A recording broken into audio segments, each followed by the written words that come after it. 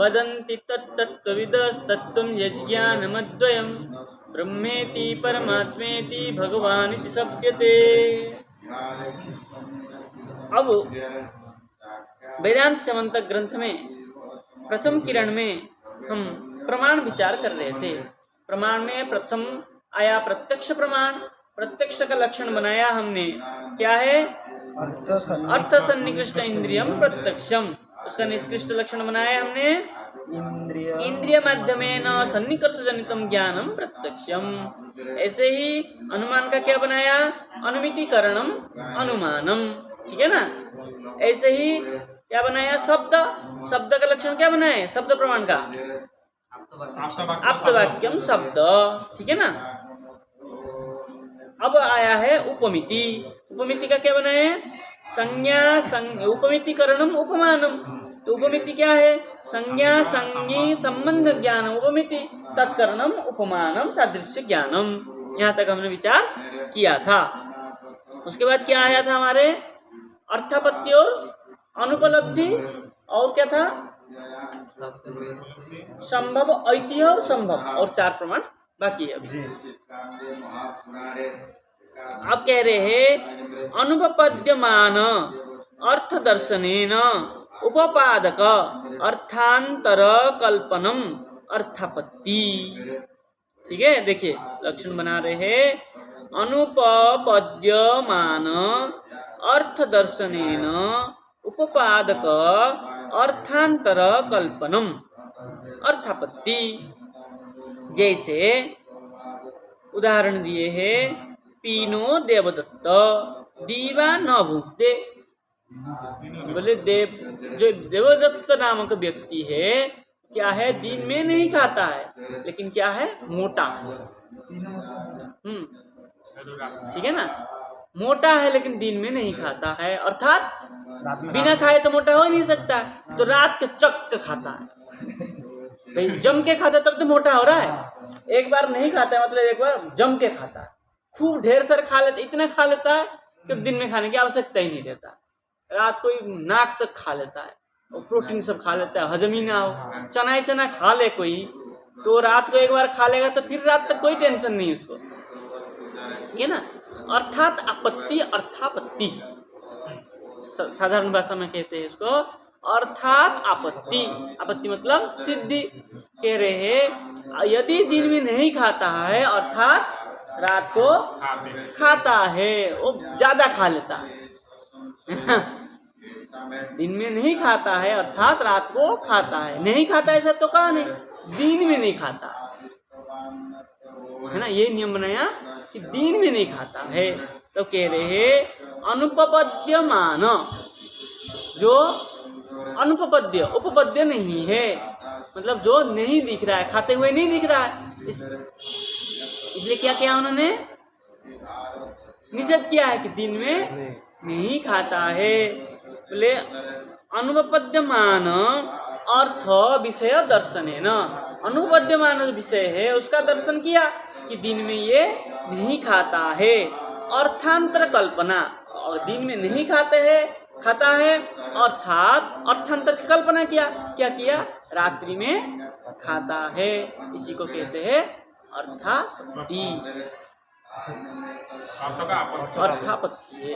अर्थापत्ति का विग्रह करेंगे अर्थात आपत्ति, जिसमें लगाया जाएगा अर्थात। दिन में नहीं खाता है अर्थात रात्रि को भोजन करता है, इसी को अर्थापत्ति कहते हैं। बोले क्या यह दीवा अभुञ्जानस्य पीनत्वम अनुपन्नम। दिन में नहीं खाता है तो मोटा नहीं हो सकता है, अर्थात तत्तस्य नक्तम भोजित्वम। नक्त मतलब रात्रि भोजी, रात्रि को भोजित्वम गमयति, रात को खाता है, ऐसा ज्ञान होता है। बोले ये हो गया आपका अर्थापत्ति। स्पष्ट है, इसमें कोई कठिन बात नहीं है। अब अनुपलब्धि किसको कहते हैं? बोले घटादि अनुपलब्ध्या घटादि अभाव निश्चित अत्र घट नास्ति। ठीक है ना? इसका मतलब क्या है? यहाँ घट की उपलब्धि नहीं है। जिस चीज को उपलब्धि नहीं है अनुपलब्धि, मतलब अभाव, ठीक है ना। घटाभाव, अत्र घटो नास्ति, मतलब घट का उपलब्धि नहीं है। यस्य उपलब्धि नास्ति तत्र अनुपलब्धि, तस्य नहीं तत्र, यत्र उपलब्धि नास्ति तत्र अनुपलब्धि। तो यही कहा घटादि अनुपलब्धिया घटाद्य अभाव निश्चित, घटादि का उपलब्धि नहीं होने से घटादि का अभाव का निश्चित है, उपलब्धि निश्चित है। इसी को अनुपलब्धि, उपलब्धेर अभाव इति भाव इति अभावेन प्रमाणेन घटादि अभाव क्रियते, ठीक है ना। ये हो गया हमारे अनुपलब्धि प्रमाण। तो कितना प्रमाण हो गया? 5 2 4 हुआ था, ये 2 6 हुआ।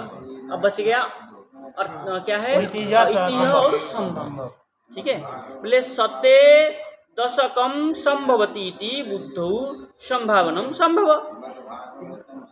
जो संभव पर प्रमाण है तेरा 100 में 10 है, है कि नहीं है? जी है। सत्य 50 न्याय कहते हैं, 100 में 50 है कि नहीं है? है, तो इसका मतलब संभव है। भाई कोई करोड़पति आदमी हो तो उसके पास 1 लाख रुपया तो होगा ही, होगा कि नहीं होगा? करोड़पति तो 1 लाख रुपया है, संभव है उसके पास। तो ये इसको ही कहते हैं संभव, ठीक है ना। ये इसमें सब कोई बड़ी बात नहीं, सरल बात है ये। अब ऐतिह्य क्या है? बोले अज्ञात वक्तृकर्ता गत पारंपर्य प्रसिद्धम ऐतिह्य। बोले अज्ञात वक्तृ, ठीक है ना, कौन कह गया है उसका कोई निश्चय नहीं है। इस बात को इस वट वृक्ष में यह बटे यक्ष अस्ति, इस वट वृक्ष में यक्ष है, भूत है, पिशाच है, ये कौन कहेगा किसी को पता नहीं है। बस सुन रहे हैं लोग, भय कर रहे, ठीक है ना। क्या है? अज्ञात वक्तृकता गत, अज्ञात वक्तृकता कौन कह गया उसका ज्ञात नहीं है। ऐसा जो गत ज्ञान है पारंपर्य प्रसिद्धि, परंपरा से सुनते आ रहे हैं, इसी को क्या कहते हैं? ऐतिह्य। देखिए यथा यह बटे यक्ष निवसति, उदाहरण दे दिया, वही प्रसिद्ध है। यह बटे यक्ष है, यक्ष मतलब भूत प्रेत आदि है, सब कोई डर रहा है। इस वट वृक्ष में, गांव के रास्ता में बट का पेड़ है बड़ा, उसमें भूत है, सब कोई डर रहा है। ये कौन कहा, किसने देखा उस भूत को, कोई निश्चय नहीं है। बस लोग कह रहे, परंपरा से सुन रहे हैं इस वट के पेड़ में यक्ष है, बस इतना ही। अब कह रहे अंगुल्य तोलना तो घट क्या है? दशकादि ज्ञानकारी चेष्टा, ये चेष्टा का बता रहे। देखिए क्या कह रहे हैं? अंगुल्य उत्तोलन, तो अंगुली दिखा करके कह दिया घट 10 क्या है? घट 10 का आदि ज्ञानकारी। ये आदमी जो है ना 10 घटे को जानता है, इसके पास 10 घट है। ये जो अंगुली दिखाया गया यही चेष्टा है, क्रिया चेष्टा, मतलब अंगुली जैसे करके जो क्रिया किया क्या है? चेष्टा ही तो किया। ये आदमी जो है ना इसके पास 10 घड़ा है, यही चेष्टा है। उठा करके अंगुली उत्तोलन करके, ठीक है ना। घट 10 कादि ज्ञान करी, ठीक है ना, यही चेष्टा है, ये क्रिया करना ही चेष्टा है, ठीक है ना। वहाँ पे चेष्टा प्रमाण का बात नहीं कहा था, है ना, यहाँ के चेष्टा कह दिया। बोले कैश्चिन मानम इष्यते, किसी की मान मतलब कैश्चिन, क्वेश्चन कोई पाठ भेद हो सकता है ना। मानम इष्यते, मान मतलब प्रमाण, हाँ कोई मानता है, चेष्टा को भी ऐसा कोई प्रमाण मानता है। एवं प्रमाणवादी न विविधा, इस प्रकार की प्रमाणवादी जो है विविधा मतलब बहुत प्रकार के है। अब जो है ये क्या किया? प्रमाणों की लक्षणों को बताया, ठीक है। अब आगे जो बात कहने जा रहे हैं वो सुनिए। प्रत्यक्षवादी जो था कौन था? एक प्रत्यक्ष प्रमाण मानने वाला चारवाक। उनको भी थोड़ा सा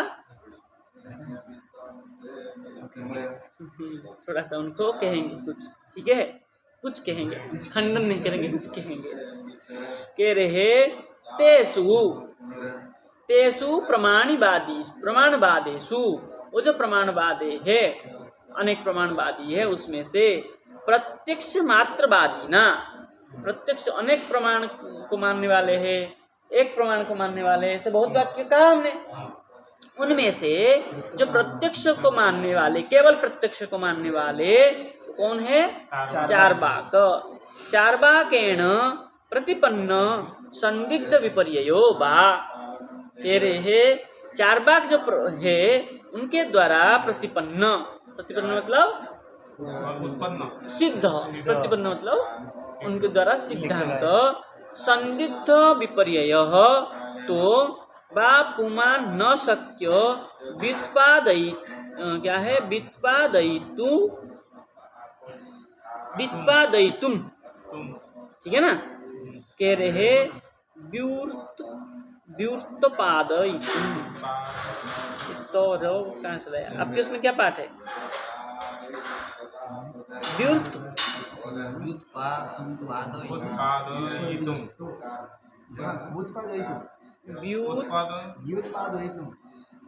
इसमें व्युत्पादयितुम कर दिया, पाठ गलत है, प्रिंट मिस्टेक है,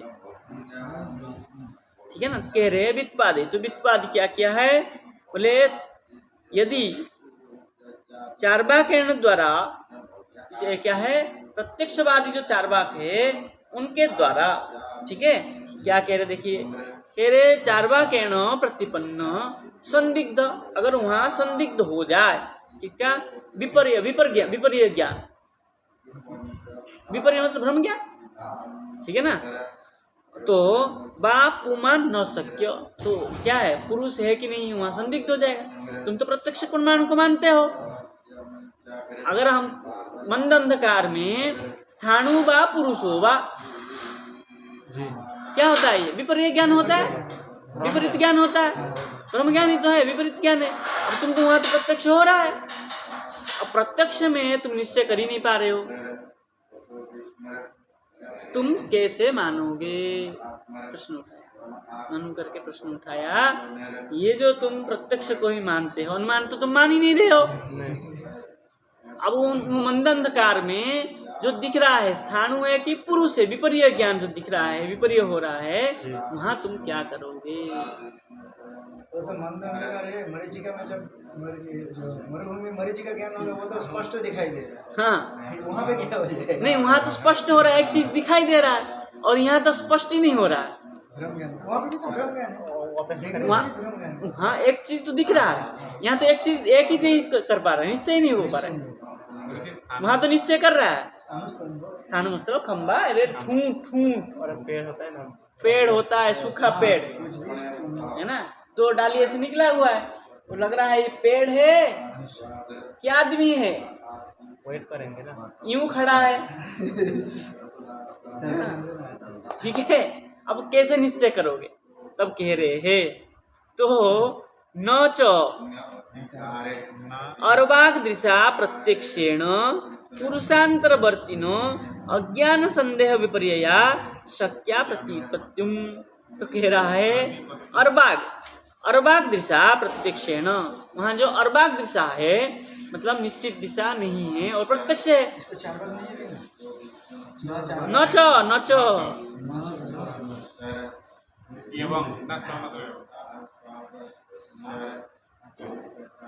चारबाग भी करेंगे तो अर्थ गड़बड़ा हो जाएगा। न चारबाग दृशा प्रत्यक्षेण, क्या किया है टीकाकार? कह रहे न चारबाग दृशा प्रत्यक्षेण, न को बात में रखिए, चारबाग दृशा प्रत्यक्षेण, चारबाग की दृष्टि से प्रत्यक्षेण, प्रत्यक्ष के द्वारा पुरुषांतरवर्तिन अज्ञान संदेह विपर्यया शक्या प्रतिपत्तुम न। कह रहे क्या कह रहे हैं? चारवाक के दृष्टि में प्रत्यक्ष के द्वारा पुरुषांतरवर्तिनो अज्ञान, संदेह विपर्य, अज्ञान के द्वारा जो संदेह और विपर्य होता है वो शक्या प्रतिपत्तु न। तो शक्य मतलब जो ज्ञान है, शक्य शक्ति लक्षणा, शक्य को क्या है ना, शक्ति लक्षणा सत्यम, इसमें आया है तर्क संग्रह में, शब्द प्रमाण में आया है, ठीक है ना। तो कह रहे न शक्या प्रतिपत्तुम, क्या कह रहे, ऐसा हम नहीं मानते हैं कि जो अज्ञान के द्वारा विपर्य भ्रमाद संदेह आदि ज्ञान होता है उसको हम नहीं मानते, वो अज्ञान में उसको ले लेते हैं। तो वो अज्ञान के कारण हो रहा है, न तो प्रत्यक्ष के कारण हो रहा है, प्रत्यक्ष हो ही नहीं रहा है, वो अज्ञान के कारण हो रहा है, ऐसा वो मानता है। तब और एक शंका कर रहे हैं, बोले तब बोले न च अनवधृत परगता ज्ञानादि वक्तुम प्रवृत्त ग्राह्यवाक् प्रेक्षावतम, जो तुम्हारा प्रमाणकार है, क्या है, सिद्धांतकार है, प्रेक्षावत मतलब सिद्धांतकार है, तो जो है अनवधृत परगत ज्ञानादि, अनवधित जो परगत दूसरे के द्वारा जो ज्ञान हो रहा है, आपने धारण तो किया नहीं, जो दूसरे के द्वारा ज्ञान हो रहा है, जैसे शास्त्रादि है ना, शास्त्रादि क्या होता है, दूसरे के द्वारा ज्ञान हो रहा है। भाई उपनिषद में कहा है, स्मृति में कहा है, पुराण में कहा है, हम उस बात को मान लेते हैं, प्रत्यक्ष तो किया नहीं हमने। जो क्या है परगत ज्ञान है, तो प्रवृत्ति, उसमें प्रवृत्ति ग्राह्य वाक्य कैसे होगा? आपके आचार्य जो कहे गए हैं बृहस्पति, तो उसके बाद में तुम कैसे विश्वास करोगे? तब तो वो भी अज्ञान हुआ है ना। तुम्हारा आचार्य जो वाक्य है पूर्वाचार्य, तो भी तुम अज्ञान ही मानोगे, क्योंकि वो तुम्हारा तो ग्राह्य वाक्य है नहीं, तुमने तो उसको प्रत्यक्ष किया ही नहीं, और तुम शब्द को प्रमाण को मानते नहीं हो, अनुमान तुम्हारे यहाँ है नहीं, है कि नहीं, प्रत्यक्ष के मानते हो। इसका जो तुम्हारा आचार्य कहे गए बृहस्पति, उस बात को कैसे मानोगे? फंस गया? चलिए उसका क्या खंडन करेंगे? इनका खंडन करना आसान है, कुछ है नहीं। तब कह रहे तस्मात् अनिच्छतापि तेन अनुमान उपादेयमेव, नहीं चाहते हुए भी क्या करना पड़ेगा? अनुमान को मानना ही पड़ेगा, ठीक है ना। इसलिए तुमको अनुमान मानना पड़ेगा। अतः अगर नहीं मानो तो अतः स परिहस्यते, अगर नहीं मानोगे तुम परिहास के पात्र बनोगे। क्यों? बोले चारबाक तब चारबांगी, हे चारबाक तब चारबांगी, तुम्हारी पत्नी जार तो भिक्ष गर्भिणी, तुम्हारे पत्नी जो है तुमने तो देखा नहीं, है कि नहीं, ये जो गर्भवास हुआ है इसका, गर्भिणी हुई है, तुमने तो देखा नहीं। भिक्ष देखना, भिक्ष गर्भिणी, तुमने गर्भिणी देखा उसको, गर्भिणी दर्शन किया, लेकिन कैसे गर्भ हुआ है वो देखा नहीं। इसका मतलब क्या हुआ? वो चार पुरुष से हुआ, वो तो अन्य पुरुष से हुआ, ठीक है ना। तो प्रत्यक्ष में वो विश्वास, अगर तुम प्रत्यक्ष को विश्वास करते हो कि मुझे से दीर्घ श्वासम, फिर दीर्घ श्वास क्यों ले रहे हो ऐसा कहने पर? इसलिए तुमको क्या करना पड़ेगा? अनुमान करना पड़ेगा, विश्वास करना पड़ेगा। मेरी पत्नी है ये, तो इसके गर्भ में जो संतान है वो मेरा ही है। किससे सिद्ध होगा? ये अनुमान से सिद्ध होगा। इसलिए तुमको अनुमान मानना ही पड़ेगा, नहीं मानोगे तो परिहास के पात्र बनोगे, ठीक है। सब परिहस्यते तेन च परमता ज्ञानादीन अभिप्राय भेदाद वाक्य भेदात लिंग भेदानुमाय तद अज्ञानादि परिहारे प्रवृत्त ग्राह्यवाच्यात्। तो इससे क्या हुआ? इससे तुमको क्या करना पड़ेगा? तेन च परमत अज्ञानादीन, जो दूसरे के मत अज्ञानादीन तुम कहा ऐसा, उसको अभिप्राय भेदात, अभिप्राय भेद से, तुम्हारा अभिप्राय से, वाक्य भेद से, लिंग भेद से, अनुमाय अनुमान करके, ठीक है ना। क्या करना पड़ेगा? तद अज्ञानादि परिहारे, उस जो अज्ञान दूसरे के मत का जो तुम अज्ञान कहा, उसकी परिहार में प्रवृत्त होना पड़ेगा, ठीक है ना। ऐसा ग्राह्यवाक्या, ऐसा ही तुमको ग्रहण करना पड़ेगा, मतलब अनुमान को तुम्हें ग्रहण करना ही पड़ेगा। आगे चले। यत्तु शब्दोपमान यो नैव पृथक प्रामाणमिष्यते अनुमानगतार्थत्वात् वैशेषिकम इति वैशेषिकम मतम। वैशेषिक क्या करते हैं, बोले शब्द उपमान यो नैव, शब्द उपमान जो है क्या है, पृथक प्रमाण नैव इष्यते, पृथक प्रमाण है ऐसा वो लोग नहीं मानते हैं। शब्द प्रमाण मानते हैं, उपमान प्रमाण तो मानते हैं, शब्द को नहीं मानते। शब्द दो ही प्रमाण मानते हैं ना वैशेषिक, प्रत्यक्ष अनुमान। तो शब्द और उपमान जो है पृथक प्रमाण नहीं वैश्यते, पृथक प्रमाण नहीं है। बोले क्या है, बोले अनुमान गतार्थत्वात्, अनुमान में ही उसका अंतर्भाव है। गतार्थ मतलब अंतर्भाव है, ऐसा वैशेषिक का मत है। वो उपमान और शब्द प्रमाण का खंडन नहीं करते, क्या करते हैं, वो अनुमान में ही उसको अंतर्भाव करते हैं। ठीक है ना। इति आहूत तन मंदम, ऐसा कहते हैं, उनका मंद बुद्धि होने के कारण ऐसा कहते हैं, लेकिन उनको भी अलग से मानना चाहिए। ठीक है ना। तो कह रहे हैं ग्रह चेष्टादौ अनुमान प्रवृत्ते, ग्रह और चेष्टा, ग्रह मतलब स्वीकार करना, और चेष्टा प्रमाण, इसको भी क्या करते हैं, अनुमान में ही प्रवृत्ति कर लेते हैं। अनुमान में क्या करते हो, प्रवृत्ति मतलब अंतर्भूत कर लेते हैं। विशेषस्तु क्या है, विशेषस्तु उपरि वदिष्यामि, और जो विशेष है इसके बाद में ऊपरी मतलब आगे जा करके बोलेंगे, व्याख्या करेंगे। तदेव प्रत्यक्ष अनुमान शब्द प्रमाणानीति वृद्धा, वृद्धा मतलब प्राचीन प्रामाणिक लोग जो है प्रत्यक्ष अनुमान शब्द प्रमाणानीति वृद्धा मतलब मध्वाचार्य आदि स्वीकार करते हैं। बोले उपमानादि नाम एसु अंतर्भावात् पृथक प्रमाणता न इति आहु। ठीक है ना। ये हमारा सिद्धांत, अपने सिद्धांत में आए तो कह रहे हैं यहाँ जो है प्रत्यक्ष अनुमान शब्द जो है ये तीन प्रमाण है। हमारा प्राचीन लोग रामानुज, मध्व, निम्बार्क आदि सबने ग्रहण किया है, तो हम भी उसी को ग्रहण करते हैं। उपमान आदिशु क्या है, अनुमान में ही अंतर्भाव कर लेते हैं, पृथक प्रमाणता न। ऐसा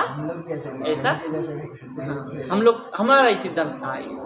तथा ही उपमानम खलु यथा गौस् तथा गवय इति वाक्यम तज्जनिता च धीरागम एव गवय शब्दा गो सदृश्या विधीयेति यह प्रत्ययः सोपि अनुमानमेव।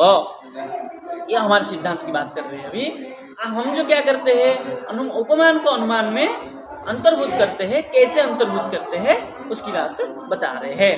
ठीक है, क्या कह रहे देखिए, तथा ही उपमानम खलु, उपमान जो है क्या है, यथा गौस तथा गवय, गौ सदृश गवय, ऐसा कहा था, गौ सदृश गवय कहा था, जैसे गो है ऐसा गवय है। इति वाक्यम तज्जनिता च धीरागम एवं, धीर आगम, धीर मतलब बुद्धिमान व्यक्ति, आगम मतलब आगम मतलब थोड़ा बंद क्या है, पहले गो सदृश गवय, ये जो ज्ञान है, जो धीर व्यक्ति होते हैं वो क्या करते हैं, पहले गवय शब्द गो सदृश अभिधीय, क्या है, अभिधाय इति, वो क्या करते हैं, जो गो सदृश गवय है वो क्या ज्ञान होता है, वो क्या है, अनुमानित तो करते हैं, प्रत्यक्ष तो होता नहीं है। उपमान क्या सदृशता है, अनुमानित तो करते हैं कि वो गाय जो हमने देखा था वो गवय जैसा ही है, इसलिए गाय और गवय एक ही है। क्या करते हैं, अनुमानित तो करते हैं, अनुमान के द्वारा सिद्धि होते, तो उपमान अलग प्रमाण मानने की आवश्यकता नहीं है। अलग प्रमाण मानने से गौरव होता है, शास्त्र जो है हमारा गौरव मानता है, ज़्यादा मानने की आवश्यकता नहीं है। तो उसको किस में अंतर्भूत कर लेंगे हम, अनुमान में ही, उपमान अनुमान है। बोले यह शब्द बुद्ध ही, जिस शब्द को हमने ज्ञान किया, बुद्ध ही ज्ञान किया, उसके द्वारा यत्र अर्थ प्रयुज्यते, उसमें अर्थ का जो ज्ञान हुआ, प्रयोग हुआ, सो असति वृत्त्यंतरे, वृत्त्यंतर तो हो नहीं रहा है। अब गो शब्द से गवय कहेंगे तो वृत्त्यंतर तो नहीं हो रहा है, वृत्त्यंतर तो अन्य ज्ञान तो नहीं हो रहा है ना, तो वृत्तियंतर नहीं होने के कारण तस्यावधाई वो जो ज्ञान होता है यथा गो सदृश गोवत्स, जैसे गो जैसा गाय का बच्चा है तो उसमें क्या भिन्न ज्ञान होता है क्या?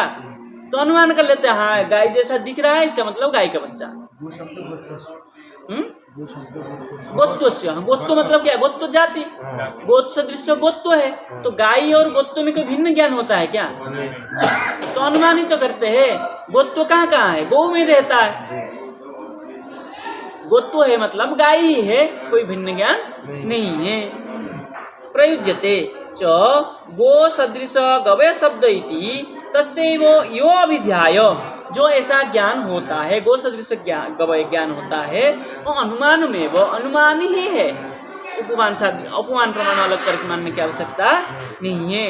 यत्तु चक्षु सन्निकृष्टस्य गवयस्य, जो चक्षु के साथ संबंध होता है गवय गो सदृश ज्ञान है, गो सादृश्य ज्ञान तो हो रहा है उसमें, तत् प्रत्यक्ष में वो तो प्रत्यक्ष हो गया। अगर सादृश्य ज्ञान ऐसे मानेंगे तो प्रत्यक्ष हो गया, तो उपमान मानने की तब भी कोई आवश्यकता नहीं है। प्रत्यक्ष में वही नोपमानम पृथक वाच्यम, इसलिए उपमान पृथक कहने की आवश्यकता नहीं है।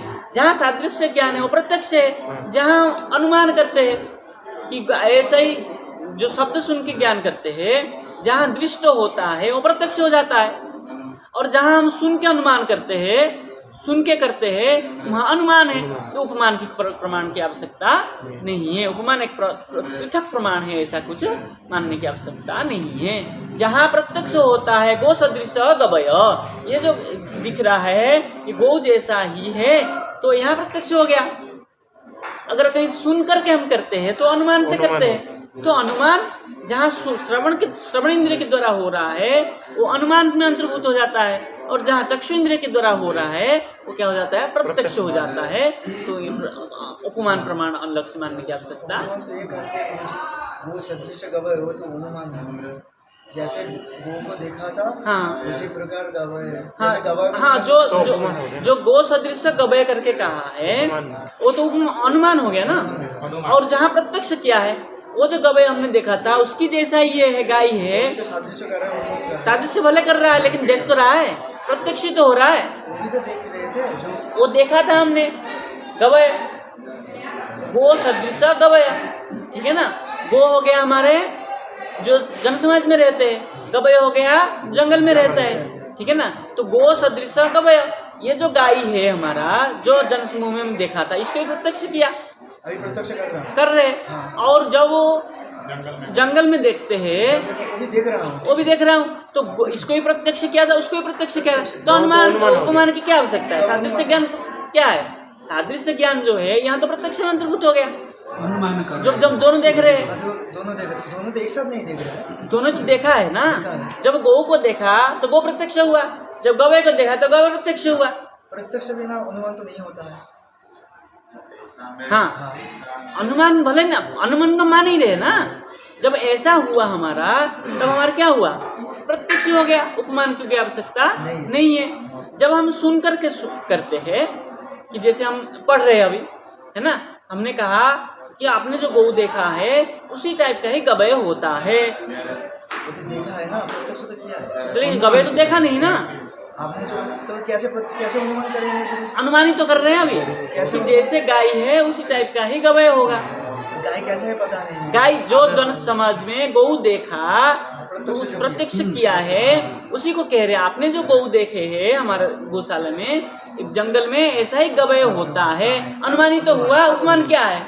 अभी सर जब हम श्रवण प्रत्यक्ष कर रहे हैं तब अनुमान में हो रहा है, जब प्रत्यक्ष कर रहे हैं, जो देख रहे हैं चक्षु इंद्रिय के द्वारा प्रत्यक्ष हो रहा है, तो उपमान की आवश्यकता नहीं है।